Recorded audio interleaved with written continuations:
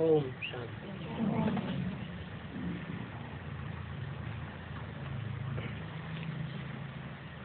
सातवें क्लास चल रहा था 13 जुलाई 1968 और दूसरे पेज के अंत में बात चल रही थी। तुम बच्चे जानते हो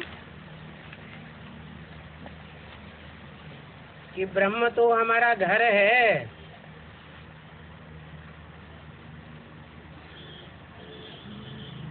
ब्रह्मलोक भी कहते हैं।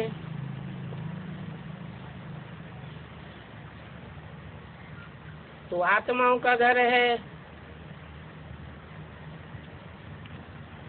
परंतु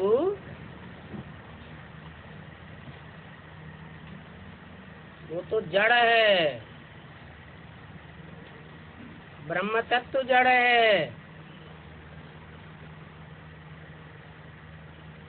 और जड़त्व में ही स्टेज वाला ब्रह्मा का बुद्धि रूपी पेट भी हमारा घर है। कहते हैं ब्रह्मा के संकल्पों से सृष्टि रची गई।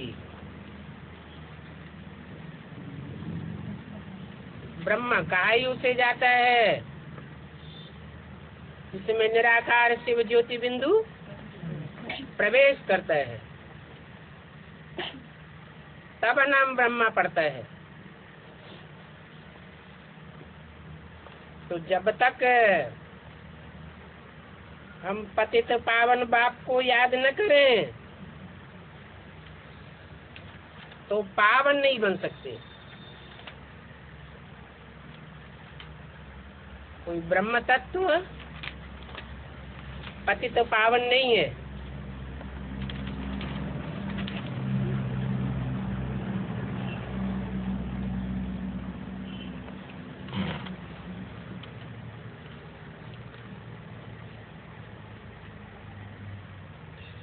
वो तो जड़ तत्व है। इसी तरह ब्रह्मा भी पतित पावन नहीं है, वो भी जड़त्व में ही स्टेज वाली है आत्मा। मनन चिंतन मंथन करके सार को नहीं समझ सकती। इसलिए अभी भी दुनिया में इस बात की प्रत्यक्षता नहीं हुई है कि गीता का भगवान साकार में कौन है।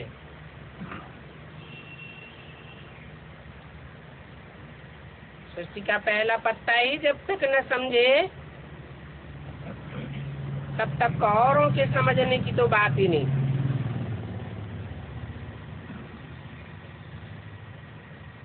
ओम शांति।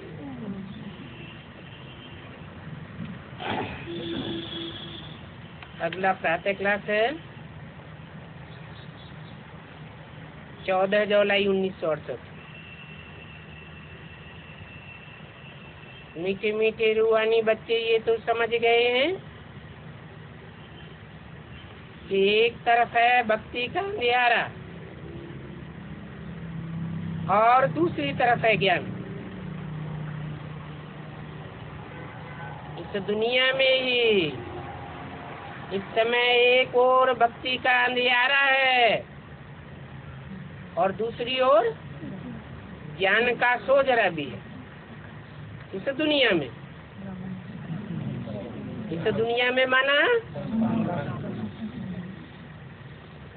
ये बाहर की दुनिया नहीं, जो ब्राह्मणों की दुनिया है।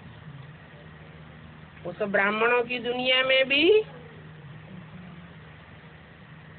एक और ऐसे ब्राह्मण हैं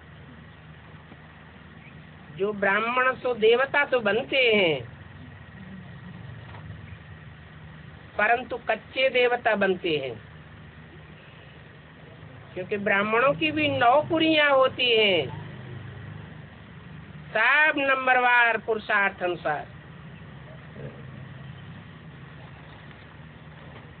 तो जो कच्ची कुरी के ब्राह्मण सो देवता बनते हैं, वो पक्का बाप को पहचान नहीं पाते। न पहचानने के कारण फिर औरों की मत पर चल पड़ते हैं। तो शूटिंग हो जाती है। वो ब्राह्मण सो कच्चे देवताएं द्वैतवादी युग द्वापर युग शुरू होते ही और धर्मों में कन्वर्ट होने लगते हैं।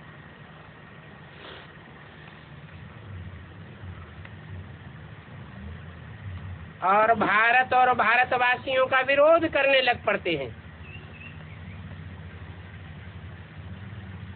कलयुग अंत में अर्थात चतुर्युगी के अंत में या कल्प के अंत में, जब बाप परम पिता परमात्मा इस सृष्टि पर आते हैं तो सब कच्चे पक्के ब्राह्मण सो देव आत्माओं को ब्रह्मा के मन बुद्धि रूपी आत्मा की ओर आकृष्ट करते हैं।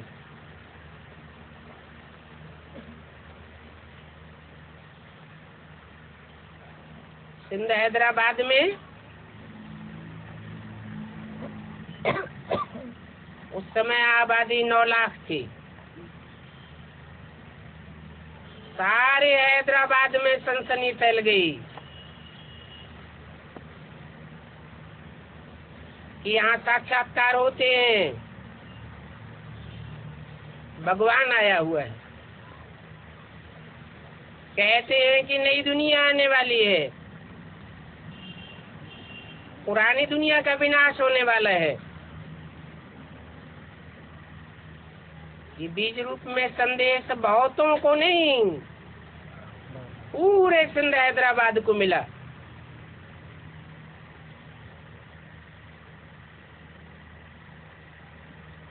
तो नई सृष्टि की 9 लाख आत्माओं को जैसे संदेश मिल गया, फाउंडेशन पड़ गया, रिहर्सल हो गई।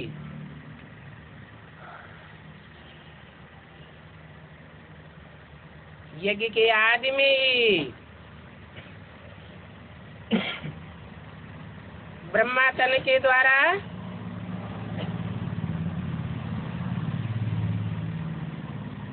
जिन जिन आत्माओं को साक्षात्कार हुए वो तो खिंची चली आई, और जिनको साक्षात्कार नहीं हुए सिर्फ साक्षात्कारों को देखने वालों को फॉलो कर लिया, विश्वास कर लिया, वो आत्माओं की भी शूटिंग हो गई।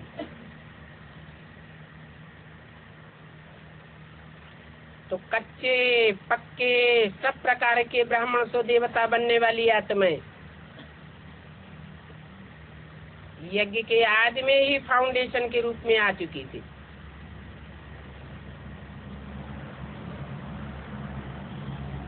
जिनमें आधे ऐसे हैं जो नई सृष्टि का फाउंडेशन डालने में बीज का काम करते हैं। बीज बाप को कहा जाता है। और आधे ऐसे हैं जो जड़ों का काम करने वाले हैं, फाउंडर है, आधार मूर्त है। आधार माता को कहा जाता है। दोनों प्रकार की आत्माएं सूर्यवंश और चंद्रवंश के फाउंडर हैं। वो तो परमपिता परमात्मा बाप को पक्का पहचानने वाले तो हैं। सृष्टि का अंत होता है, नई सृष्टि की आदि होती है।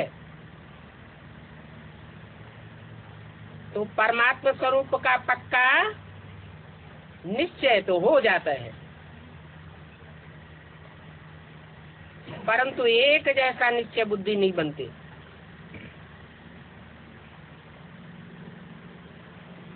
जिसके कारण वो चाहे बीज रूप आत्माएं हो, चाहे आधार मूर्त जड़ें हो, नंबरवार बन जाते हैं। और उन नंबरवार आत्माओं में जो और धर्म के बीज बनते हैं,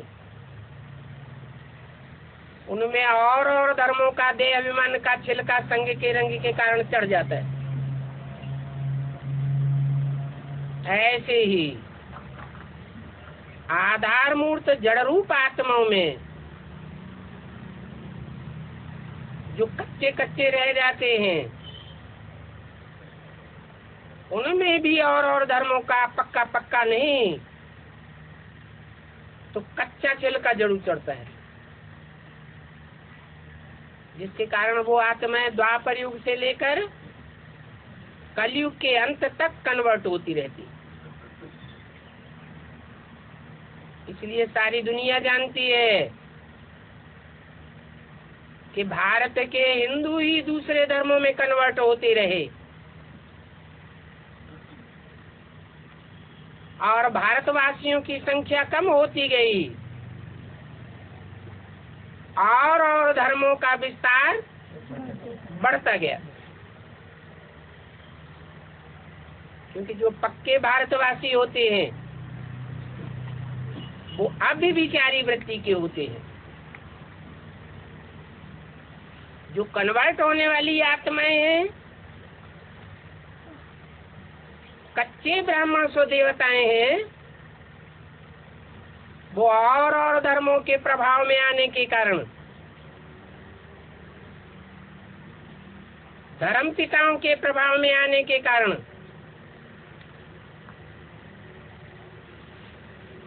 विविचारी व्यक्ति को पोषण करने लग पड़ते हैं। इससे और धर्म संप्रदायों की जनसंख्या तेजी से बढ़ती है और भारत की संख्या स्वल्प रह जाती है। अभी भी दुनिया में देखा जाए तो भारतवासी मुट्ठी भर ऐसे हैं जो दूसरे धर्म वालों से, विदेशियों से, उनकी संस्कृति से,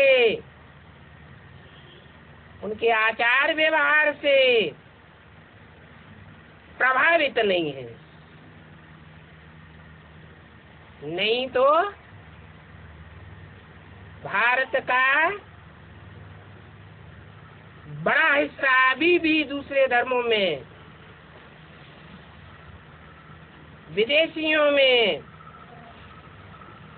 अपने को मिक्स करके बैठा हुआ है। इसलिए भारतवासी सबसे दुखी है, अकिंचन है। कहा भी है, जहाँ सुमति तहाँ संपत्ति नाना। कितना कर्जा विदेशों का भारत पर चढ़ा हुआ है, और जहाँ कुमति वहाँ विपत्ति निदाना।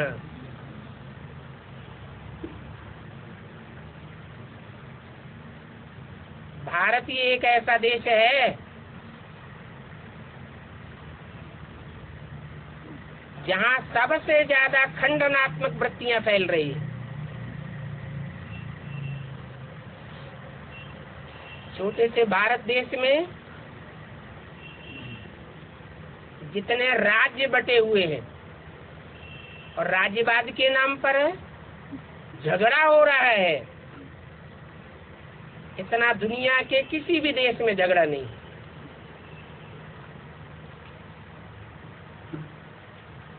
छोटे से भारत देश में जितनी भाषाएं पनप रही हैं और भाषाओं को लेकर के जितना झगड़ा हो रहा है,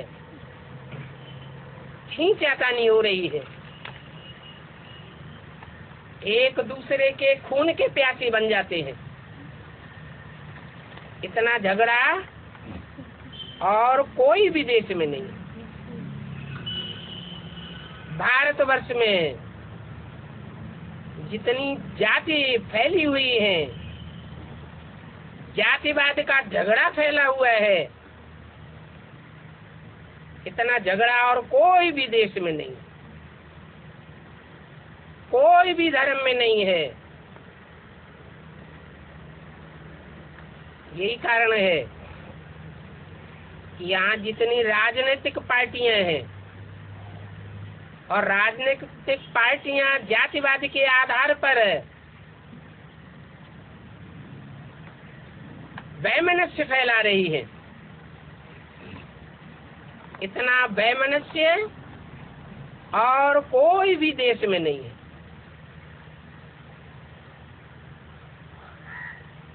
इन सब बातों से साबित होता है कि भारतवासी हैं जो अपने धर्म कर्म को छोड़ करके और धर्म और विदेशियों से प्रभावित हो चुके हैं।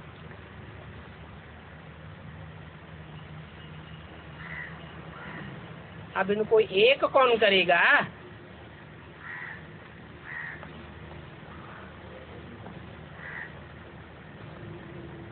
भारत के धर्म का स्थापन करने वाला कौन है? और धर्मों के धर्म पिता का तो सबको पता है। क्रिश्चियंस का धर्म पिता उनसे पूछो तो कहेंगे क्राइस्ट, दूसरा कोई नहीं बताएंगे। बौद्धियों का धर्म पिता पूछो बौद्धियों से तो महात्मा बुद्ध को ही बताएंगे, कोई दूसरे को तो नहीं बताएंगे। मुसलमानों का धर्म पिता मोहम्मद बताएंगे। सन्यासियों से पूछो तो शंकराचार्य को बताएंगे। सिखों से पूछो तो गुरु नानक का नाम लेंगे। और भारतवासी हिंदुओं से पूछो तुम्हारे धर्म पिता का नाम क्या है, तो अक्के बक्के रह जाएंगे। कोई कुछ बताएगा, कोई कुछ बताएगा, कोई कुछ बताएगा। कोई राम का नाम लेगा, कोई कृष्ण का नाम लेगा।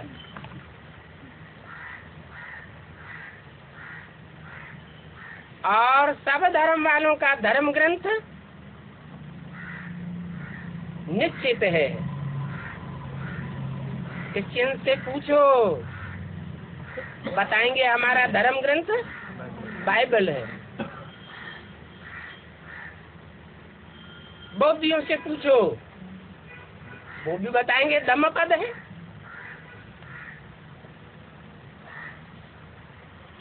सिखों से पूछो वो भी बताएंगे। माने हर धर्म वाले का एक धर्म ग्रंथ पक्का है जिसके आधार पर वो चलते हैं, एक मत हैं। और भारतवासी कहीं भी किसी भी स्टेट में चले जाओ, एक मत नहीं हो सकते। हिंदू मुसलमानों का झगड़ा अलग लगा पड़ा है। ये भारत ही देश एक ऐसा है और यहाँ की राजधानी दिल्ली ही एक ऐसी राजधानी है जहाँ हर धर्म के लोगों की संख्या ज्यादा से ज्यादा तादाद में देखी जा सकती है। हिंदू, मुसलमान, सिख, ईसाई, हर धर्म के लोग घुसे पड़े हैं। सारे हिंदुस्तान में देखो, जहाँ जहाँ हिंदू होंगे वहाँ वहाँ मुसलमान भी घुसे हुए हैं।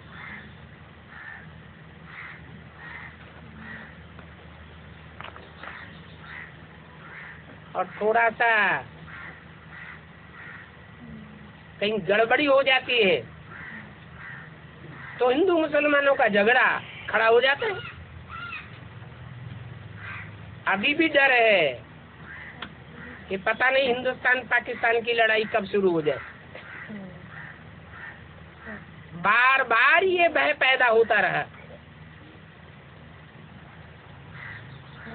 दोनों देशों के बीच में खिंचाव हो गया।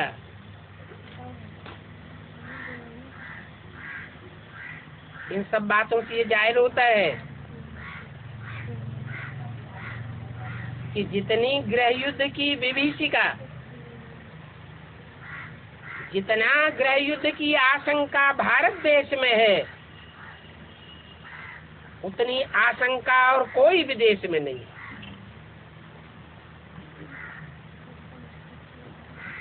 ये वही महाभारी महाभारत गृह युद्ध है जिसका शास्त्रों में जिक्र आया हुआ है। हिंदू, मुसलमान, सिख, ईसाई सब आपस में लड़ मरेंगे। खून की नदियां भारत में बहती हैं। फिर अति होने के बाद अंत होता है तो दूध घी की नदियां भी भारत में बहती हैं। ये निश्चित है कि घोर अंधियारी रात होती है तो घोर सोजरा भी होता है। जिसके जीवन में घोर दुखों से पसार होना लिखा हुआ है, वो आत्मा सुखों की दुनिया में भी अति में प्रवेश करती है। भारतवासी जितने सुखी होते हैं देवता बन करके, उतने दूसरे धर्म के लोग सुखी नहीं होते। और जितने भारतवासी दुखी होते हैं उतना और कोई देशवासी दुखी नहीं होते। कारण क्या है? कारण है संग का रंग। परमपिता परमात्मा जब इस सृष्टि पर आते हैं कलयुग के अंत में, जबकि सारी सृष्टि एकदम नीचे गिर जाती है, तो खास भारत में आते हैं और देशों में नहीं आते। और देश विनाशी धर्मखंड है। अमेरिका का अस्तित्व आज से 500 साल पहले मनुष्य के मस्तिष्क पटल पर नहीं था। अमेरिका जैसा महाद्वीप समुद्र के गर्त में समाया हुआ था। ऑस्ट्रेलिया का नाम और निशान मनुष्य की बुद्धि में 300 साल पहले नहीं था। वो भी समुद्र के गर्त में समाया हुआ। ऐसे ही और जो धर्मखंड हैं, बौद्धी धर्मखंड, चीन, जापान, तिब्बत वगैरह, मुस्लिम धर्मखंड, ईरान, इराक, अफगानिस्तान, इस्लामी धर्मखंड, अरब देश, अफ्रीका, ये सब समुद्र के गर्त में समाये हुए थे। इनकी हिस्ट्री 2500 साल से पुरानी नहीं मिलती। 2500 साल से ज्यादा पुरानी हिस्ट्री तो भारतवासियों की भी नहीं मिलती। क्योंकि 25,000 साल पहले भारत में सिर्फ देवी देवताओं का राज्य था, और उन देवी देवताओं को किसने बनाया? गीता ज्ञान के अनुसार नर से नारायण, नारी से लक्ष्मी किसने बनाया? ये कोई को पता नहीं। तो सत्य सनातन धर्म की, देवी देवता धर्म की स्थापना करने के लिए कलयुग के अंत में जब परमपिता परमात्मा शिव ब्रह्मलोक से आते हैं, तब वो ही आकर के बताते हैं कि हे मीठे मीठे मेरे रूहानी बच्चों, मैं जो राजयोग तुमको सिखाता हूँ, उस राजयोग को सीख करके तुम ही मेरे मीठे मीठे रूहानियत की स्टेज को पाने वाले बच्चे बनते हो। कितने बच्चे हैं जो रूहानियत की ऐसी स्टेज को पाते हैं, जो पूरे 84 का चक्कर लगाते हैं। 9 लाख सितारे आसमान में गए हुए, वो हैं आसमान के जड़ सितारे। और भगवान बाप कहते हैं तुम बच्चे हो इस धरती के चैतन्य सितारे। इनकी प्रत्यक्षता तब होती है जब सारी दुनिया में एटम बमों के धमाके से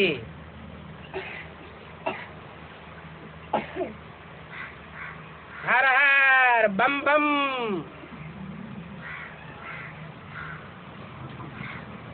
शंकर का जगत प्रसिद्ध डांस होता है, तब सारी दुनिया पहचानती है उस मनुष्य शक्ति के बाप को, जिसका नाम है शिव शंकर भोलेनाथ आदिदेव। शास्त्रों में लिखा हुआ है तुम आदिदेव पुरुष है पुराण। जैनियों में उसे आदिनाथ कहा जाता है, मुसलमानों में उसे आदम कहा जाता है। वो मानते भी हैं, कहते भी हैं कि आदम को खुदा मत कहो, आदम खुदा नहीं, खुदा जो खुद आता है, किसी के बुलाने पर नहीं आता। हजारों साल भारतवासियों ने हे पतित पावन आओ भगवान का आह्वान किया, कितनी भक्ति की, और धर्म वाले भी अल्लाह मियाँ को, गॉड फादर को याद करते हैं, लेकिन वो तो बेचारे जानते ही नहीं कि खुदा या अल्लाह मियाँ इस धरती पर आता है, गॉड फादर आता है। वो तो यही समझते हैं कि उनका मैसेंजर क्राइस्ट आता है या मोहम्मद आता है, परंतु भारतवासियों के अंदर तो ये पक्का बैठा हुआ है कि भगवान इस धरती पर आता है और आकर के हमको सारी सृष्टि के आदि मध्य अंत का राज बताता है। राज बता करके अपनी पहचान देता है। निराकार होते हुए भी कैसे इस मनुष्य शक्ति के हीरो पाटधारी में प्रवेश करके साकार बनता है। साकार शरीर होते हुए भी क्राइस्ट, महात्मा बुद्ध, गुरु नानक जैसे धर्म पिताओं की तरह निराकारी स्टेज को प्रख्यात करता है। उन धर्म पिताओं के चेहरे को भी ध्यान से देखो, चित्र देखे होंगे, चेहरा देखने से ही पता लगता है जैसे कि उनकी मन बुद्धि इस दुनिया में नहीं है, देह में बुद्धि नहीं धरी हुई है। निराकारी स्टेज स्पष्ट दिखाई देती है, परंतु वो तो धर्म पिताएं हैं, परम पिता नहीं है। परम पिता जब इस सृष्टि पर आता है तो उसकी तो कितनी ही न निराकारी स्टेज होती हो, जिसकी यादगार भारतवर्ष में शंकर के चित्रों में देखी जा सकती है, आदिदेव के चित्रों में देखी जा सकती है। जैनियों के अनुसार आदिनाथ के जो नग्न मूर्तियां हैं तीर्थंकरों की, उनमें वो निराकारी स्टेज देखी जा सकती है। साकार तन होते हुए भी उस निराकारी स्टेज को दिखाने के लिए उन्होंने उनको नंगा दिखाया है। नंगे का मतलब ये है कि शरीर रूपी वस्त्र को आत्मा ने धारण नहीं किया हुआ है। ऐसे नहीं कि भगवान का शरीर रूपी वस्त्र होता ही नहीं है। अगर होता ही नहीं है तो सारी सृष्टि का उद्धार कौन करेगा? सारी सृष्टि के आदि मध्य अंत का ज्ञान कौन सुनाएगा? मनुष्य आत्माएं तो जन्म मरण के चक्र में आने के कारण पूर्व जन्म की सारी बातें भूल जाती हैं। कोई को करके बहुत तपस्या के प्रभाव से कुछ आगे पीछे के जन्मों का पता भी लग जाए, परंतु सारे 84 के चक्कर का तो ज्ञान किसी को होता ही नहीं है। जैसे गीता में भगवान ने अर्जुन से कहा, हे अर्जुन, तू अपने आगे पीछे के जन्मों को नहीं जानता, मैं तेरे को बताता हूँ। परंतु अर्जुन को स्थूल रथ दिखाई दिया। अब स्थूल रथ की तो बात ही नहीं है। शास्त्रों में लिखा हुआ भी है, शरीरम रथम विद्धि इंद्रियाणि हरान्याहु।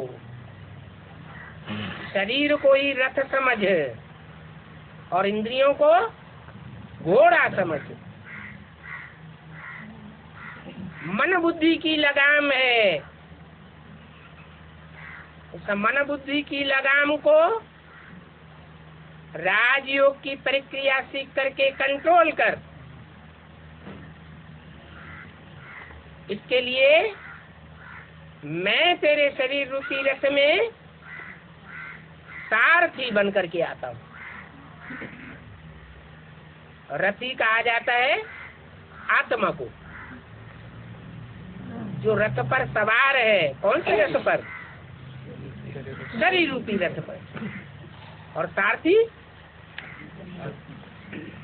रथ के साथ रहने वाला कौन? परम पिता परमात्मा। परंतु लोगों ने समझ लिया है कि हर रथी आत्मा के साथ परमात्मा होता है, इसलिए परमात्मा सर्वव्यापी है। आत्मा सो परमात्मा है, परंतु ऐसा नहीं है। हर आत्मा परमात्मा नहीं हो सकती।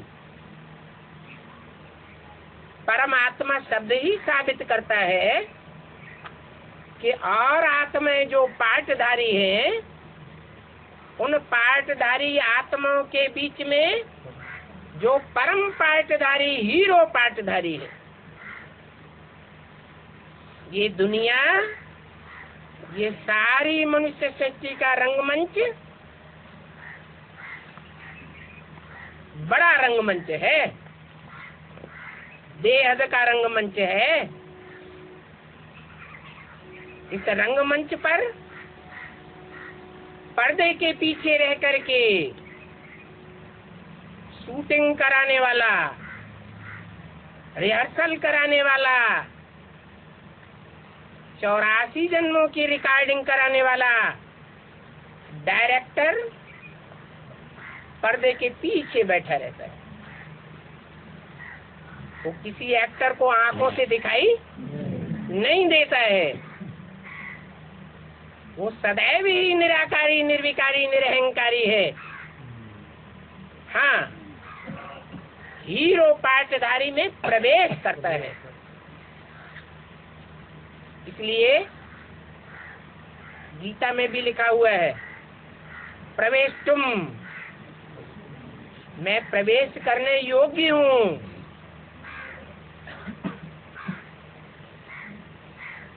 तो वो सर्वव्यापी नहीं होता है। उस सृष्टि पर आता है तो एक व्यापी बनकर आता है। और ध्यान देने की बात है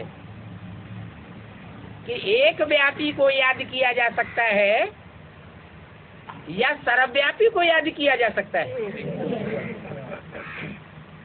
एक व्यापी को याद करने से बुद्धि एकाग्र होगी या सर्वव्यापी को याद करने से बुद्धि एकाग्र होगी? श्रेष्ठ से श्रेष्ठ जो आत्मा है, परम पिता परमात्मा, उसे एक को याद करेंगे तो संग का रंग बुद्धि को श्रेष्ठ से श्रेष्ठ लगेगा। और अनेकों को याद करेंगे तो द्विविचारी याद होगी या श्रेष्ठ याद होगी? द्विविचारी याद होगी। द्विविचार तो सदैव नीचे गिराता है।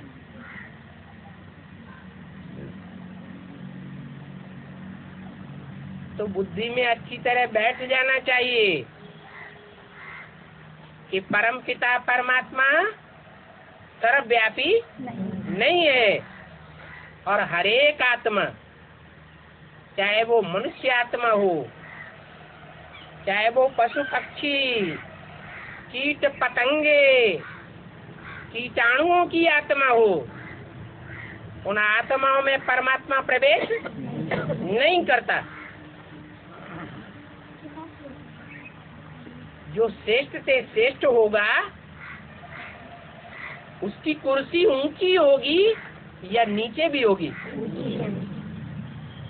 ऊंचे से ऊंचा करतार कहते भी हैं, ऊंचा तेरा नाम, ऊंचा तेरा काम, ऊंचा तेरा धाम। ऐसे ऊंच से ऊंच बाप को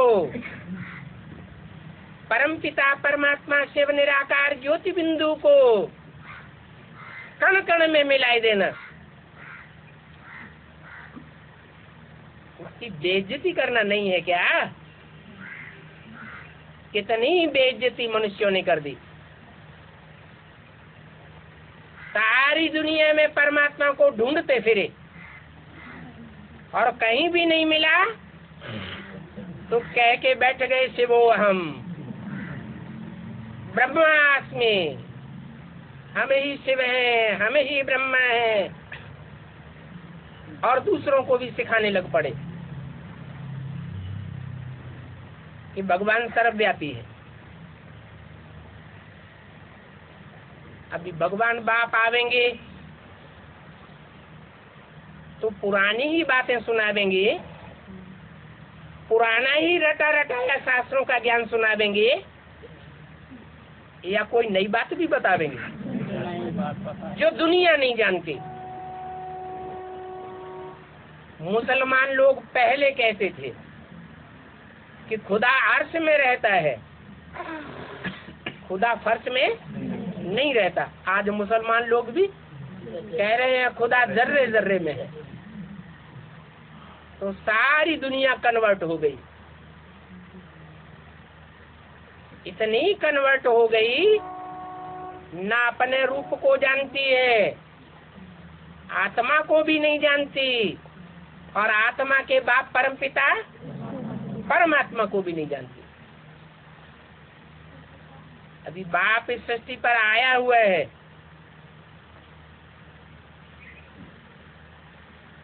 सत्तर साल से ऊपर हो चुके। सारी मनुष्य सृष्टि को ये संदेश फैलाया जा रहा है कि एटॉमिक एनर्जी बनकर के तैयार हो गई। शंकर का जो मुख्य काम है, क्या काम है? हर हर बम बम। वो काम उन्होंने इन 70 साल के अंदर पूरा कर लिया है। विनाश का काम लगभग तैयार है। मकान बनाने में ज्यादा मेहनत लगती है, ज्यादा टाइम लगता है, या मकान को गिराने में ज्यादा टाइम लगता है? तो ये सच रूपी मकान है परमपिता परमात्मा बाप का। ये पुराना हो चुका है। पुराना से पुराना होने की पहचान ये है, इस मकान में सब दुखी है। कोई मनुष्य मात्र छाती ठोक करके नहीं कह सकता कि हम तन से, मन से, धन से, समय, संपर्क और संबंधियों से सदा सुखी है। हर मनुष्य आत्मा दुखी है। ये प्रूफ है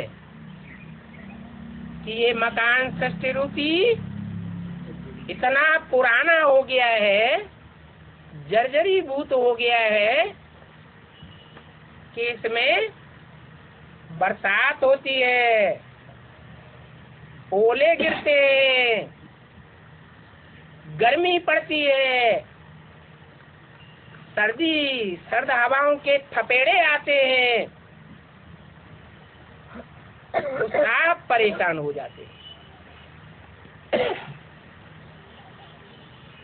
इस पुरानी दुनिया का विनाश करने के लिए भगवान बाप को आना पड़ता है।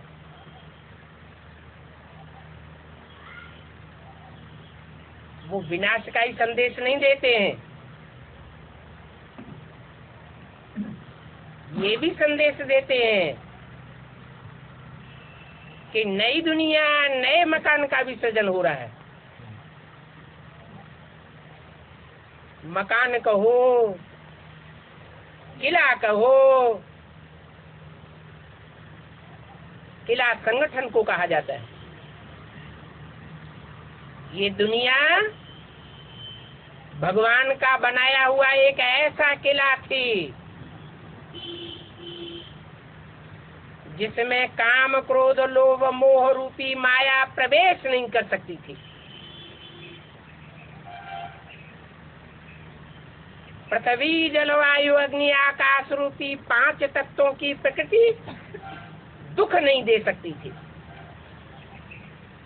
ऐसा किला भगवान ने बनाया था जहाँ इस सारी सृष्टि पर वसुधैव कुटुम्बकम, सारी वसुधा, सारी पृथ्वी हमारा कुटुंब, हमारा परिवार बन चुका था।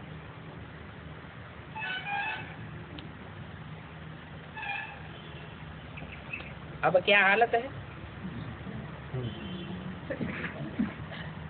एक परिवार, एक कुटुंब होगा तो उसका एक बाप होगा या ज्यादा बाप होंगे? एक बाप होगा। और उस बाप को पहचानने वाले भी होंगे या नहीं होंगे? होना चाहिए। वो बाप अभी गुप्त वेश में अपने गुप्त पांडव बच्चों के साथ, पांडव गुप्त घूमते हैं ना, गुप्त रूप में पार्ट बजाए रहा है। जब टाइम आवेगा, अर्थात मकान का फाउंडेशन, नई दुनिया का फाउंडेशन पक्का हो जाएगा। मकान बनता है तो पहले फाउंडेशन डाला जाता है ना, तो फाउंडेशन पक्का हो जाने के बाद वो परमपिता परमात्मा नंबरवार अपने पांडव बच्चों के साथ संसार में प्रत्यक्ष होने लगेगा। ऐसे नहीं कि 5 पांडव ही प्रत्यक्ष होंगे, नहीं, 9 लाख सितारे, ये चैतन्य आत्मा रूपी सितारे सारी सृष्टि में ज्ञान की चमक मारेंगे।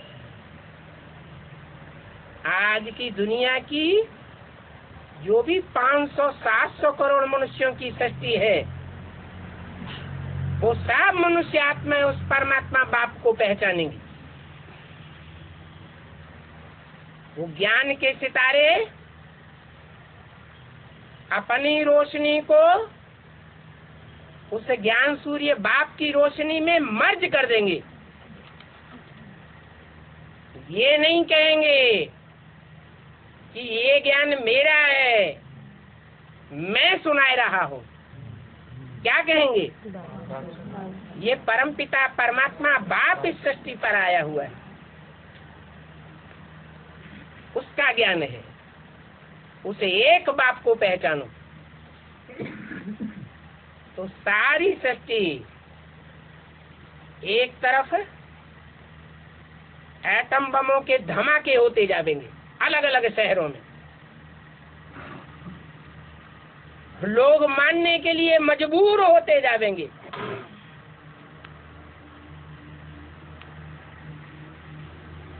रूस में जो नास्तिकवाद फैला हुआ है, नास्तिकवाद के अहंकार के आधार पर जिन्होंने सृष्टि का विनाशकारी सामान एटमिक एनर्जी तैयार कर ली, वो अहंकारी गॉड फादर को मानने के लिए मजबूर हो जाएंगे। दूर दूर मौत बरपा होती है तो आदमी के ऊपर कोई असर नहीं पड़ता। जब अपने सर के ऊपर डंडा बजता है, मौत सामने नजर आती है, तो भगवान बाप के सिवाय और कोई नजर नहीं आता। कहने का मतलब है इस मनुष्य सृष्टि की 500-700 करोड़ मनुष्य आत्माएं अंत समय में सब भगवान को मानेंगी, बाप को पहचानेंगी। ओ गॉड फादर उनके मुख से निकलेगा, रियलाइज करेंगी, अखबारों से रियलाइज करेंगी, टीवी में रियलाइज करेंगी, कंप्यूटर से रियलाइज करेंगी, इंटरनेट से रियलाइज करेंगी, रेडियो से रियलाइज करेंगी कि भगवान बाप इस आमुख साकार रूप में सृष्टि पर प्रैक्टिकल में पार्ट बजाए रहा है, नई दुनिया बनाए रहा है, देवताओं की दुनिया बनाए रहा है, डीटीज की दुनिया तैयार हो रही है और डेविल्स की दुनिया खलास होने वाली है। ऐसा पक्का निश्चयात्मक बुद्धि सिर्फ 9 लाख होंगे, और कभी कभी निश्चय बुद्धि और कभी कभी अनिश्चय बुद्धि। वो नंबरवार 500-700 करोड़ मनुष्य आत्माएं सभी होंगी। जितना जितना जो निश्चय बुद्धि होंगी, निश्चय बुद्धि विजयते, 84 जन्मों की विजय प्राप्त करेंगे। 84 के चक्र में उनको विजय का तिलक मिलता रहेगा। और जितना जितना अनिश्चय बुद्धि रहेंगे, कभी आया है कभी नहीं आया है, कभी मानेंगे और कभी नहीं मानेंगे। उससे निश्चय अनिश्चय के दोले में आने के कारण उनकी जो विजय है जन्म जन्मांतर की, वो नष्ट होती जाएगी। विजय का सुख नहीं प्राप्त कर सकेंगी। विजय में सुख होता है और हार में दुख होता है। सुख और दुख की ये दुनिया है। हर मनुष्य आत्मा सुख चाहती है या दुख चाहती है? हर मनुष्य आत्मा के अंदर की चाह है कि हमें सुख मिले, दुख न मिले। परंतु जन्म जन्मांतर का सुख मिलता कैसे है? कोई तरीका तो होगा। या जैसे कि मुसलमान लोग समझते हैं या हिंदू भी समझते हैं, भगवान ही सुख देता है, भगवान ही दुख देता है। तो भगवान सुख दाता है, सुख का सागर है, या दुख का सागर दुखदाता है? जो सुख देता है वो याद आता है या जो दुख देता है वो याद आता है? कौन याद आता है? माँ बच्चों को कितना सुख देती है, तो माँ बच्चों को नहीं याद आती है। सिर्फ बच्चा बड़ा हो जाता है, बूढ़ा हो जाता है, तो भी अपने बचपन को याद करता है। माँ बाप का सुख बच्चे याद करते हैं सारे जीवन में। सुखदाई को सबको याद करता है। तो बेहद का बाप है मनुष्य सृष्टि को सुख देने वाला। उसका बड़े से बड़ा वर्षा क्या है? बेहद का बाप है तो बेहद का वर्षा देता होगा ना। क्या वर्षा है उसका? है सुख। वो बेहद का बाप सारी मनुष्य सृष्टि को नंबरवार सुख का वर्षा देता है। कोई कहे नंबरवार क्यों देता है? भगवान भी पार्शलिटी करता है। किसी को कम सुख और किसी को ज्यादा सुख देता है? नहीं, वो सिर्फ आकर के रास्ता बताता है, तरीका बताता है। कर्म अकर्म और विकर्म की गति बताता है। ऐसी चलन चलोगे तो जन्म जन्मांतर सुखी रहोगे, और ऐसी चलन नहीं चलोगे, वैसी चलन चलोगे जिसको कहें मनुष्य मत की चलन, या कहें अपने मन की मर्जी की हुई चलन, मन मत, या मनुष्य गुरुओं की मत, जो मनुष्य गुरु जन्म जन्मांतर देते चले आए और रिजल्ट में सारी मनुष्य सृष्टि दुख के गड्ढे में गिरती चली आई या उठती चली गई? गिरती चली आई। तो परमत पर चलेंगे या मनोमत पर चलेंगे तो जन्म जन्मांतर का सुख हथेली में आ जाएगा, दुख हथेली में आ जाएगा। और भगवान की मत पर चलेंगे तो सुख आ जाएगा। भगवान की उसी मत को महाभारत में, भागवत में कृष्ण की मुरली के रूप में दिखाया गया है। वो मुरली की तान मीठी होती है।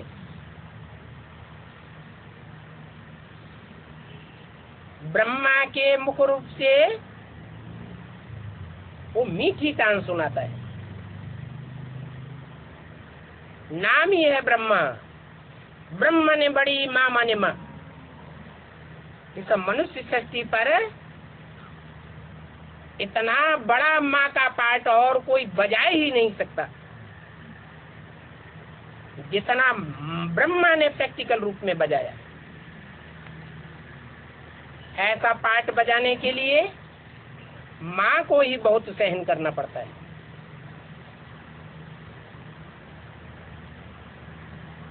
सहानुभूति बच्चों के प्रति धारण करनी पड़ती है, सहनशीलता धारण करनी पड़ती है,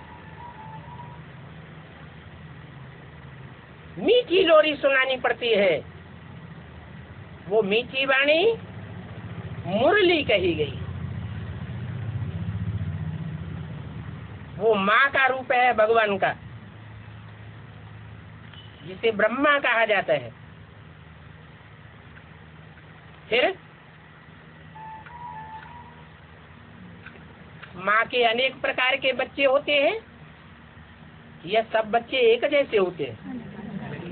अनेक प्रकार के बच्चे होते हैं। कोई दुष्ट स्वभाव के बच्चे भी होते हैं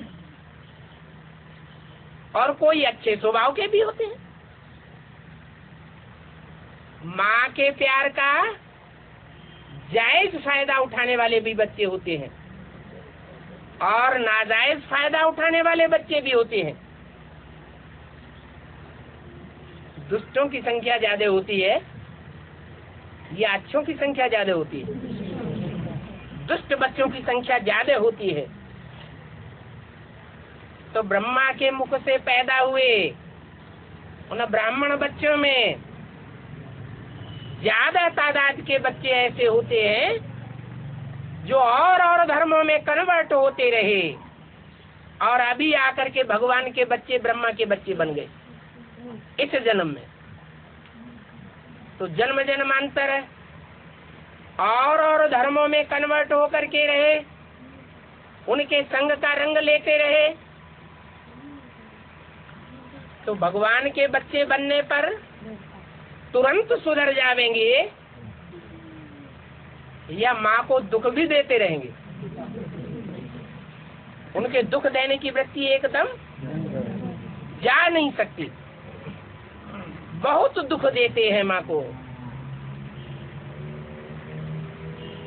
माँ सारी सृष्टि पर जिन जिन परिवारों की रचना करती है उन परिवारों का नाम पड़ता है प्रजापिता ब्रह्मा कुमारी ईश्वरी विश्वविद्यालय। ये प्रूफ है कि सिर्फ भारत में ही नहीं, सारी दुनिया में ब्रह्मा कुमारी विद्यालय फैले हुए हैं। ब्रह्मा के द्वारा रचे हुए परिवारों में उन ब्राह्मण बच्चों की पालना हो रही है, लेकिन उनमें ज्यादातर बच्चे ऐसे हैं जो आसुरी स्वभाव वाले हैं। इतनी मीठी वाणी सुनने का नाजायज फायदा उठाया है, उस वाणी की ओर उन्होंने ध्यान नहीं दिया। वो मुख वंशावली, मुख से निकली हुई वाणी से प्रभावित नहीं होते। शास्त्रों में लिखा है ना, ब्रह्मा के मुख से कौन पैदा हुए? ब्राह्मण पैदा हुए। अब वो एक कुरी के तो ब्राह्मण है नहीं, नीच कुरियों के भी ब्राह्मण पैदा हो गए। तो जो नीचे नीचे कुरी के ब्राह्मण हैं वो ब्रह्मा को भी दुख देते हैं और जो अच्छी चलन चलने वाले ब्राह्मण हैं उनको भी दुखी करते हैं।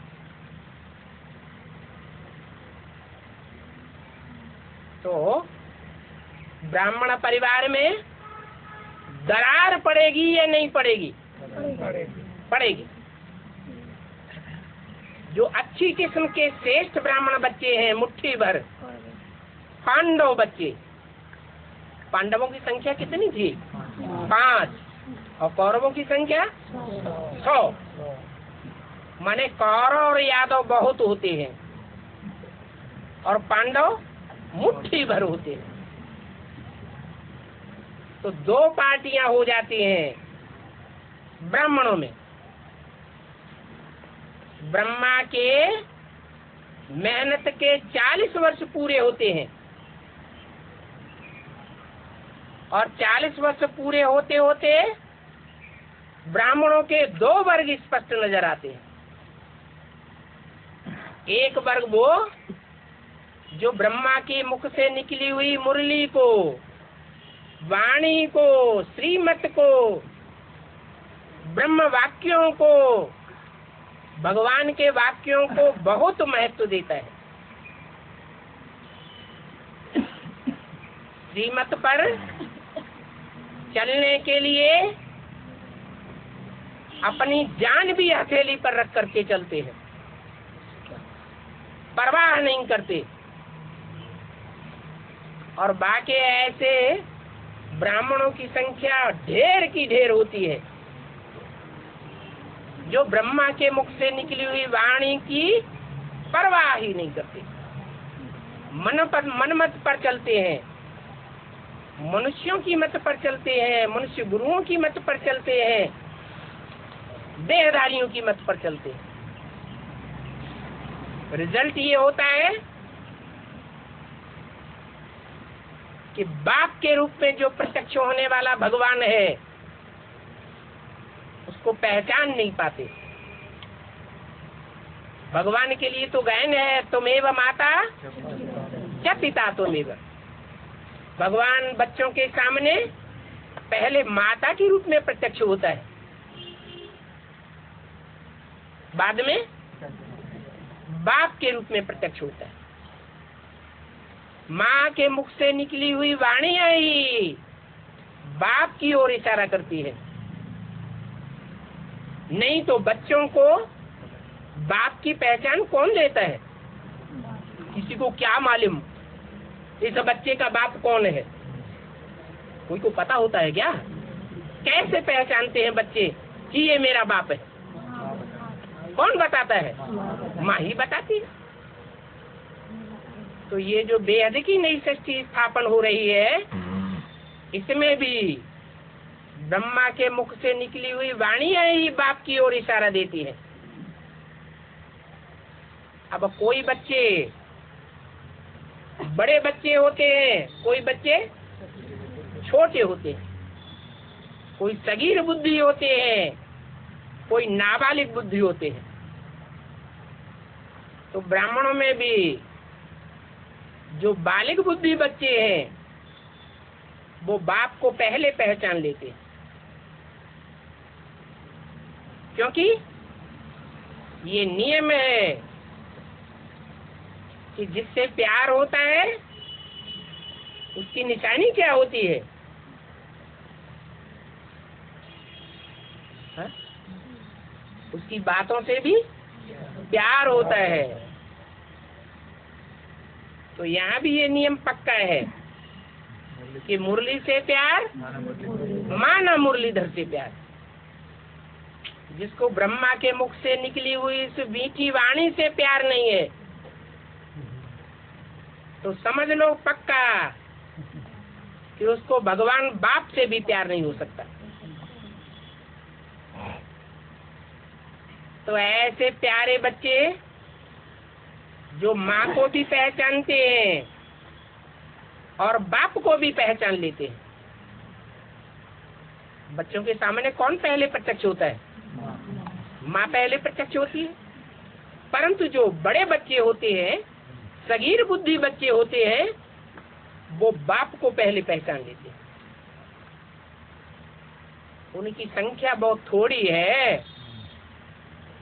इतनी बड़ी सृष्टि, 500-700 करोड़ मनुष्यों की सृष्टि, सारी सृष्टि वसुधा माने पृथ्वी और पृथ्वी के वासी सब भगवान का कुटुंब बनने वाले हैं, लेकिन पूरा पहचानने वाले कितने निकलेंगे? जो अंत तक एक बाप को पहचान करके एक बाप को ही फॉलो करेंगे, दूसरे धर्म पिताओं को अथवा दूसरे मनुष्य गुरुओं को फॉलो नहीं करेंगे, वो कितने होंगे? 9 लाख, ज्यादा से ज्यादा।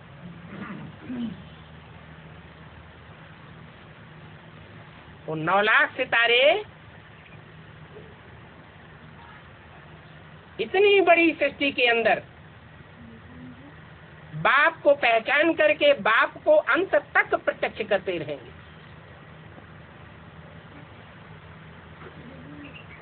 कितनी भी आपदाएं आवेंगी, परंतु उन बच्चों की सुरक्षा करने के लिए भगवान बाप बांधा हुआ है। मुसलमानों की कुरान में भी लिखा हुआ है कि जब कयामत होगी, कयामत बर्पा होगी, तो भगवान के बंदे बड़े आनंद में रहेंगे। कितनी भी कठिनाइयां आवे, उनकी सुरक्षा जरूर होगी, लेकिन होते तो नंबरवार ही है। अभी वो समय जल्दी आने वाला है। ओम शांति।